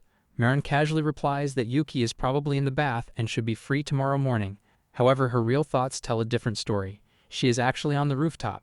Miran remembers that Yuki has looked depressed since the barbecue and wanted some time alone. The moment the thought crosses her mind, Miran realizes her mistake. She completely forgets that Koharu can read thoughts. Fortunately, he acts as if he knows nothing. He simply says that Yuki dropped something and he wants to return it. Miran instantly understands. So that is why Yuki has been searching everywhere. She immediately demands that Koharu hand over the item so she can return it herself. Koharu refuses. He points out that he is the one who found it. Meanwhile, Yuki stands alone on the rooftop beneath the night sky. She gazes at the stars while thinking about how excited she had been to get Koharu's number during the barbecue. Everything had fallen apart because of the lost phone. Even so, she remains determined. Tomorrow she will keep trying. As she thinks this, someone suddenly holds out a smartphone toward her. She freezes. Then she turns around. Koharu stands behind her. For a moment, Yuki can only stare. Koharu awkwardly explains that he happened to find the phone lying around and that Miran told him she might be up here. In reality, he feels incredibly nervous. Yuki is wearing her pajamas and he cannot help noticing how cute she looks. Trying to hide his embarrassment, he comments that writing her name on the phone was a smart idea. Yuki shyly thanks him and accepts the phone. The atmosphere becomes warm and comfortable. Yuki gathers her courage and starts to say something. At the same moment, Koharu speaks as well. They both stop. Then they realize what happened. Both of them have asked for each other's number at the same time. Their faces instantly turn red. Yuki lets out a small, embarrassed laugh. She explains that she does not know much about messaging apps, but her mother and Miran-chan use one, so she decided to use it too.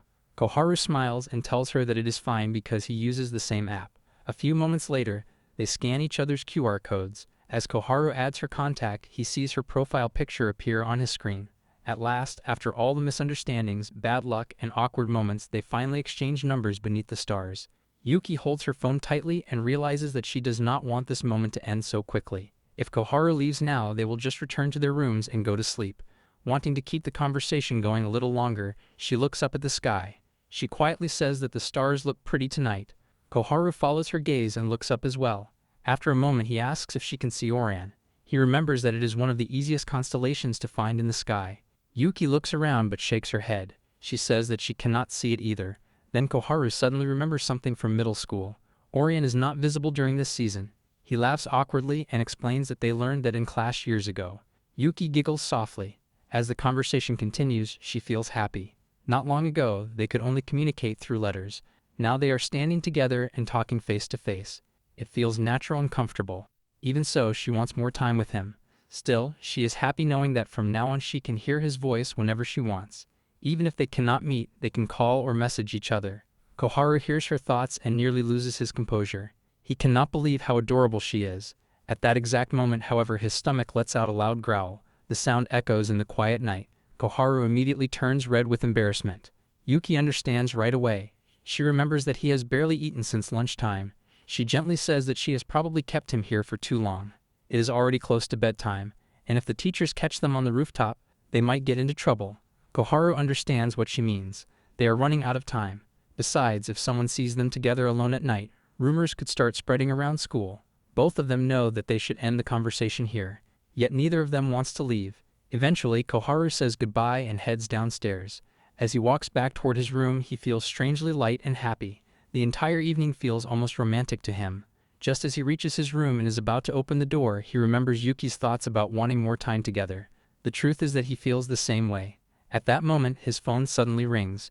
To his surprise, Yuki's name appears on the screen. He quickly answers. Yuki nervously asks if he can talk for a moment. Then she blurts out that she thinks she found Orion in the sky. A second later, she becomes embarrassed and says that was all she wanted to tell him. Before Koharu can respond, she hangs up. Meanwhile, Yuki starts heading toward the stairs. Just then, the rooftop door suddenly opens. She turns around in surprise. Koharu is standing there. Trying to act casual, he asks where Orion is because he wants to see it too.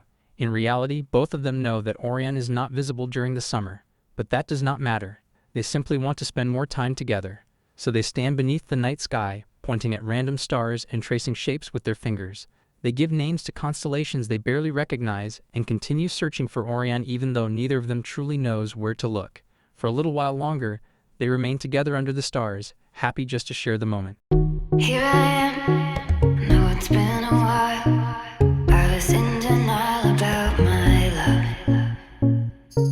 Here I stand, I know I walked away.